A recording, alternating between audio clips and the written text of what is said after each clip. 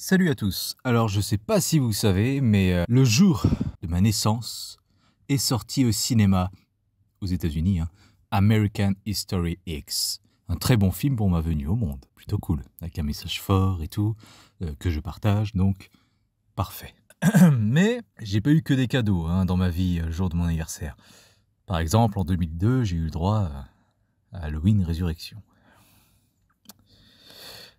On va passer là-dessus. Ensuite, 2013, j'ai eu Thor 2 que moi j'apprécie. Hein. C'est pas le meilleur film du monde, c'est pas le meilleur Marvel et tout, mais enfin ça reste appréciable, correct et tout, divertissant. Enfin j'ai pas de soucis. Je sais pas pourquoi, j'ai jamais su pourquoi tout le monde avait toujours chié sur ce film.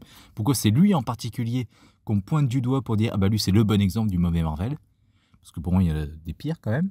Mais heureusement grâce à la dernière bouse, on l'a un peu oublié dans le bon sens du terme. Le même jour, j'ai eu Fantasy, comédie remake qui a un petit peu fait un bide, mais que j'apprécie vraiment. Et Snowpiercer, que je n'ai pas encore vu, mais apparemment c'est très bien. Et puis de toute façon, c'est un moralisateur, donc je pense que oui, c'est bien. Ensuite, j'ai eu droit à Dr. Sleep, film que j'adore. Retour à Zombieland, le même jour. Film que j'adore parce qu'il est bien meilleur que son prédécesseur que j'ai découvert le même jour. Et cette année, Venom 3. Est-ce un cadeau? Oui, non, on va en parler. Alors, je sers un petit peu d'indic pour un ami. Et franchement, au bout de 20 minutes, je me voyais déjà lui dire en message vocal, franchement, ouais, vas-y, passe un très bon film. Sauf qu'au bout de 20 minutes, il y a plein de choses qui débarquent. Et des bons points, mais aussi des mauvais points, des trucs que j'ai moins appréciés, qui m'ont un peu déçu, et qui fait que, globalement, mon avis, c'est, ouais, c'est pas le pire, mais c'est pas le meilleur. Je dirais que dans mon classement du Sony Spider-Man Universe, je sais pas quoi mes couilles, avec donc les Venom, Madame Web, Morbius, je dirais que dans le classement, je le placerai en avant-dernier. Pourquoi? Alors, niveau histoire, c'est là où ça pêche vraiment, parce que c'est le plus gros, l'histoire, c'est pas des petits points de merde. Tout le truc mythologique de Knull, Nul, je sais pas comment ça se prononce, ça s'écrit comme ça, je sais pas comment ça se prononce, bref, ils le disent peut-être dans le film, j'ai oublié. Alors, je connaissais pas du tout, au point où je me dis, mais c'est dans les comics, ça? Et apparemment, selon des gens dans les commentaires, les critiques et tout, c'est dans les comics, enfin, c'est, voilà. Bon, pourquoi pas, mais ça m'intéresse pas trop. Et je voyais pas non plus Venom comme une espèce intelligente, en fait. Pour moi, c'était un petit peu comme les xénomorphes, quoi, en fait. C'était une création du mal ou je ne sais quoi, et puis voilà, c'est tout, ça s'arrête là. Mais bon, ok. Mais voilà, première chose qui ne m'a pas trop plu, c'est tout ce côté mythologique qui prend pas trop de place, mais les bestioles qui prennent en chasse Venom, tout ça et tout, enfin, qui le recherchent, enfin voilà, tout ça c'est lié à ça, donc c'est quand même grandement lié. Mais c'est pas le truc qui prend le plus de place. Le truc qui prend le plus de place, c'est tout le côté militaire, base, zone 51, tout ça. Alors, le côté traque militaire, bien sûr. Je veux, oui. Eddie Brock, fugitif, tout ça, qui doit les éviter. Enfin, oui, je veux voir ça, il n'y a pas de souci, j'aime bien et tout. Mais le côté, alors, mythologie militaire, en fait, le fait qu'ils connaissent tout ça, qu'ils aient des symbiotes dans leur base et tout. Bof, enfin, voilà, tout le côté, en gros, le contexte, l'histoire militaire. En fait, voilà, pour moi, les militaires devaient juste être de la chair à canon, des ennemis. Il n'y avait pas forcément besoin de développer une histoire derrière. Vieille de plusieurs années, ou voilà. Je m'en fiche un peu en fait. Moi je voulais juste voir des flingues et puis c'est tout. Donc c'est louable d'avoir créé tout un truc, mais c'est pas ce qui m'intéresse le plus quoi. Donc c'est pour ça que le film ne m'a pas grandement plu, mais j'aime bien le côté fugitif et tout. Puis à la fin, voilà, on est amis, on s'aide, on s'entraide et tout. C'était cool à voir. En bon point, un mauvais point pour tout le monde, j'ai l'impression, c'est la famille clairement là pour susciter de l'émotion. Je suis désolé, sur moi ça a marché. Enfin, je veux bien. Au début, je me suis dit, c'était juste pour le gag. Mais finalement, non. On les revoit. Ce que je peux comprendre du coup, parce que c'est quand même Rhys Ifan. Je sais pas comment ça se prononce. Rhys Ifan. Bref, celui qui faisait, je vais dire caméléon, le lézard dans The Amazing Spider-Man, entre autres. Hein. J'ai vu ailleurs. Et donc, c'est lui le père de famille. Et c'est vrai que tu te dis, mais à quoi ils servent en fait? En soi, scénaristiquement, je réfléchis à rien. J'oublie peut-être un truc vers la fin avec le combat et tout, hein, mais pour moi, il me semble bien qu'ils ne servent à rien. Donc scénaristiquement, enfin, ils n'ont pas de but, vraiment de fonction. Mais pour Eddie, et Venom un petit peu, oui, ça marche et tout. Il y a de bonnes scènes avec eux. Alors, des scènes malaisantes, ouais. Voilà, des gens qui chantent maintenant, c'est malaisant. Surtout qu'en plus, ils font pas les guignols et tout. Ils sont entre eux. Enfin, c'est une petite famille qui chante, comme ça, qui sont heureux. D'accord. Donc, le bonheur, maintenant, c'est malaisant. Ok, très bien. Ok.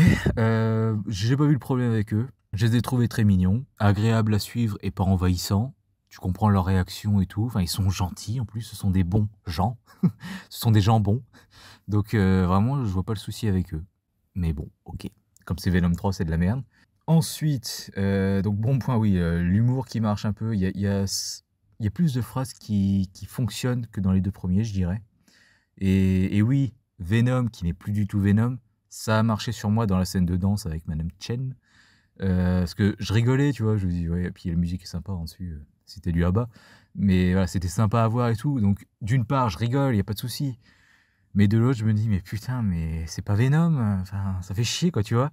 Et là, je me suis dit, devant le film, putain, les gens, ils ont dû bien taper sur ce passage, et ça n'a pas manqué. Mais du coup, à toutes ces petites critiques, là, qui n'acceptent pas cette trahison qu'on a faite à Venom, le fait de le démythifier comme ça, que ce soit un gentil, qu'il soit plus dangereux, je ne sais quoi, enfin voilà. Par contre, Thor, dans Thor 3, et encore pire, dans Thor 4, bah là, ça passe. On voit quand même, dans Thor 3, Thor qui balance un ballon et qui se le reprend dans la gueule. Il a été ridiculisé à ce point-là. Un dieu nordique. Un dieu. Pas un symbiote de merde. Un dieu. Protecteur, guerrier, très fort. Ouais. Mais là, je sais pas, faut s'appeler Taika Waititi pour que ce soit bien vu, enfin, pour que les gens aiment, acceptent, rigolent. Donc, ok, hein, les films Venom vous font pas rire, peut-être, je sais pas. Hein. Mais franchement, si vous avez aimé Thor 3 et 4, je pense que vous n'avez rien à dire en termes de démythification du personnage. C'est pas parce que là, ouais, mais de base c'est un méchant, que ça change quelque chose.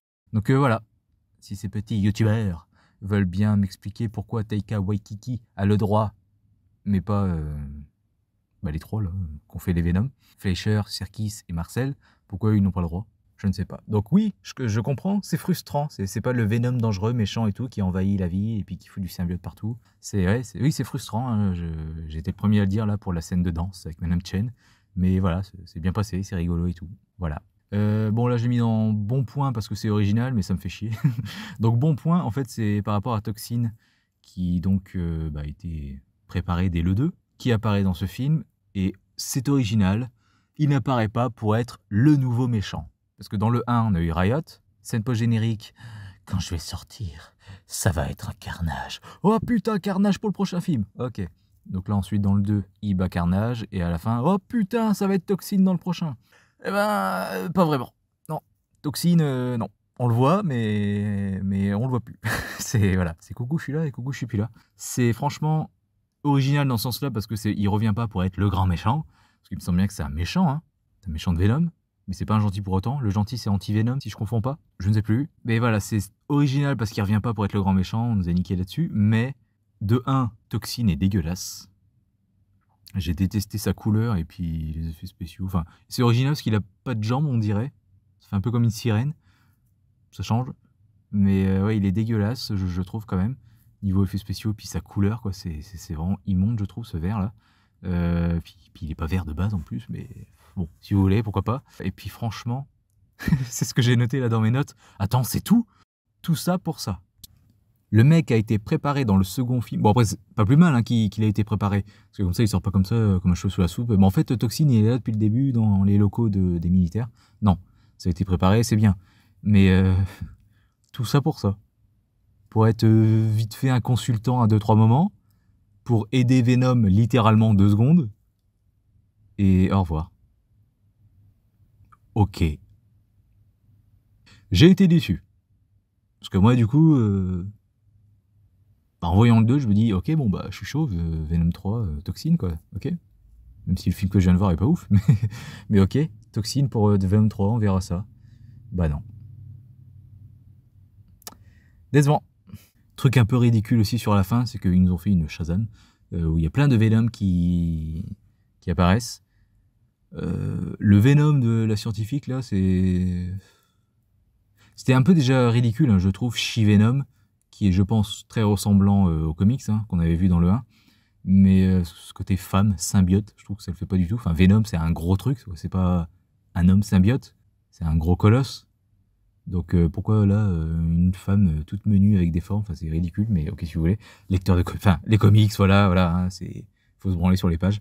Mais voilà, bon, je trouve ça ridicule déjà de base, mais alors putain, celui de la scientifique là, qui a perdu son frère, je sais pas quoi, avec ses cheveux en arrière et tout, enfin, j'avais l'impression en fait de voir plutôt un film Sonic, avec plein de Sonic de plein de couleurs différentes, plutôt qu'un film Venom. Et en plus, je suis sûr qu'ils existent même pas. Ils ont dû les inventer, donc bon, c'est bien hein, d'inventer des choses, mais bon. Voilà, bon bref. Mais au moins, voilà, c'était cool, les scènes d'action étaient vraiment plutôt pas mal et tout. Moi, je les ai pas trouvées mal filmées. Vite fait, celle avec les chiens au tout début, là. Enfin, quand Venom s'occupe des mecs du début, là. Je veux bien, mais sinon, non. J'étais pas perdu. Je trouvais ça bien fait et tout. Donc, moi, j'ai pas eu de soucis là-dessus. Bon point en plus, il y a du gore dès le début avec ceux qui font des combats de chiens. C'est pas du gore trash, tape à l'œil, qui pourrait faire vomir des gens, c'est plus suggestif, mais ça suffit, je dirais, parce que étant donné qu'on l'a pas du tout eu avant, bah ça fait déjà du bien de voir ça, quoi. Donc puis ça contrebalance en plus avec le côté rigolo et tout. Comme ça au moins on se dit ouais ok c'est un bouffon qui danse sur du haba, mais il peut aussi décapiter quoi. Donc on aimerait plus voir ça qu'un bouffon qui danse sur du haba, hein, je suis d'accord, mais au moins on a les deux. Et donc voilà, encore une fois, c'est pas très très gore, mais on en a un petit peu, on va pas se plaindre. Et enfin, un petit faux raccord, c'est le moment où ils sont dans la camionnette, le gosse se met tête contre l'épaule d'Eddie, ou son bras, je sais plus, enfin bref, il faut lui redonner du chocolat, je crois que c'est là. Et donc ouais, il repose sa tête un peu pour dormir. Ensuite, Eddie parle au père. Et le plan où on revoit Eddie, ah bah il n'y a plus le gosse à côté, dis donc. Bref, donc voilà, ça c'était pour chipoter, c'est rien. Mais donc voilà pour mon avis de Venom 3. Donc non, je ne vais pas chier dessus, mais je ne vais pas non plus le porter au nu. C'est pas l'un des meilleurs films que j'ai eu cette année. Reste qu'au moins j'étais pas énervé. Et puis il ferait pas tâche dans ma collection vu que j'ai déjà Venom 2. Venom 2 qui d'ailleurs pour anecdote commence un petit peu à remonter dans mon estime hein, parce que quand je l'ai découvert, je détestais. Ensuite quand je l'ai montré à ma mère, je fais ouais ça passe, j'aime pas, mais c'est plus supportable déjà qu'au premier visionnage. Et là, le troisième visionnage, je montre à ma femme, bah du coup, ouais, en fait, ça passe. C'est ce que globalement, ce que j'aime pas dans le 2, c'est le côté boîte de nuit, là. Scène très intéressante. Et oh, Eddie, je vais te préparer un déjeuner. Ce genre de truc, voilà. Donc, passer ça, toute l'histoire avec le méchant que j'avais déjà aimé hein, de base, hein, la petite musique aussi en fond, enfin le thème du méchant, de Carnage et tout. Ouais, franchement, ouais, ça passe. C'est moyen, voilà. Donc voilà. Venom 3, c'est moins bien que le 2, parce que ça suit moins facilement, et puis c'est un peu plus long d'ailleurs, beaucoup plus long même.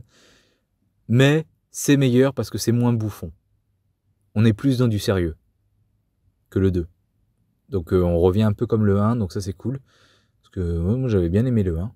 Et aussi, je voudrais aussi soutenir l'effort de la fin, avec la petite séquence émotion, la fin de la trilogie, tout ça, tout ça. Elle va m'engueuler, mais je m'en fous, je la balance. Ma femme m'a versé une petite larme. J'ai été putain de surpris, mais ouais, donc je suis désolé, hein. Moi, à partir du moment où un film peut faire pleurer, ou enfin, les émotions marchent, en gros, du moment que ça te procure les émotions, c'est que bah, le réalisateur a bien fait son taf, quoi.